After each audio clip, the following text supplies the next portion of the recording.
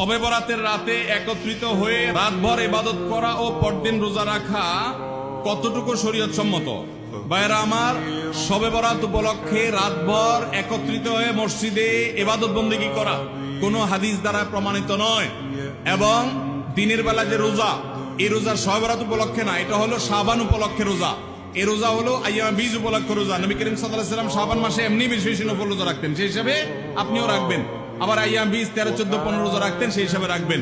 আপনি আল্লাহর ক্ষমা, এই রাতে আল্লাহ তাআলা বান্দাকে সাধারণ ক্ষমা ঘোষণা করেন, হিংসুক ছাড়া, মুশরিক ছাড়া।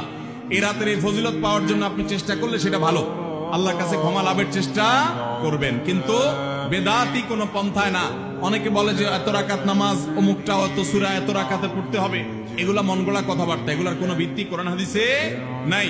আবার অনেকে মনে করে হালুয়া রুটি খাইতে হবে, আতশবাজি করতে হবে, আলোকসজ্জা করতে হবে, শবে বরাতকে কেন্দ্র করে যা হয় তার বেশিরভাগই বেদাত এবং ভুয়া, মন গড়া ভিত্তি, এগুলার কোনো অস্তিত্ব কোরআন হাদিসে পাওয়া যায়।